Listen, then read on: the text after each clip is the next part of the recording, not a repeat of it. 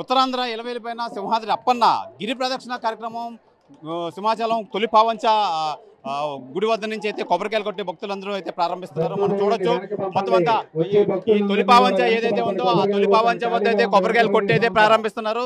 అయితే ఈ ఉత్తరాంధ్ర భక్తులు ఇలవేలుపు దైవం సింహాద్రి అప్పన్న గిరి ప్రదర్శనకి ఇప్పటికే అన్ని ఏర్పాట్లు అయితే చేశారు. అన్ని ఏర్పాట్లు అయితే స్వామి కొలువైన కొండ చుట్టుకొలత 32 కిలోమీటర్లు, స్వామి నామాలు 32, స్వరూపాలు 32. అందుకే గిరి ప్రదక్షిణ చేస్తే కోరిన కోరికలు తీర్చడంతో పాటు భూమండల ప్రదక్షిణ ఫలితం దక్కుతుందని భక్తులు భావిస్తారు. అయితే అందుకనే ఈ ప్రదక్షిణలో అశేష భక్తులు అధిక సంఖ్యలో అయితే పాల్గొనే అవకాశం అయితే ఉంది. సింహగిరి చుట్టూ హరి సంకీర్తన చేసి కాలినడకన తిరుగుతారు. మధ్యాహ్నం హనుమంసిక ధర్మకర్త కొబ్బరికాయ కొట్టిన తర్వాత స్వామివారి పూల రథం అయితే ప్రారంభం అవుతుంది. ఈ తొలి పావంచ గుడి వద్ద నుంచి అయితే అప్పన్న రథంతో పాటు భక్తులు ప్రదక్షిణలు అయితే ప్రారంభిస్తారు. అయితే ఈరోజు ఉదయం నుంచే భక్తులు అయితే భారీ సంఖ్యలో పాల్గొనడం వల్ల ఉదయం నుంచే ఈ ప్రదక్షిణ అయితే ప్రారంభించారు. ప్రతి ఏటా ఆషాఢ పౌర్ణమి రోజు గిరి ప్రదక్షిణ అయితే ఉత్సవం జరుగుతుంది. 10 లక్షల మంది భక్తులు వస్తారని చెప్పి అంచనా అయితే వేస్తున్నారు.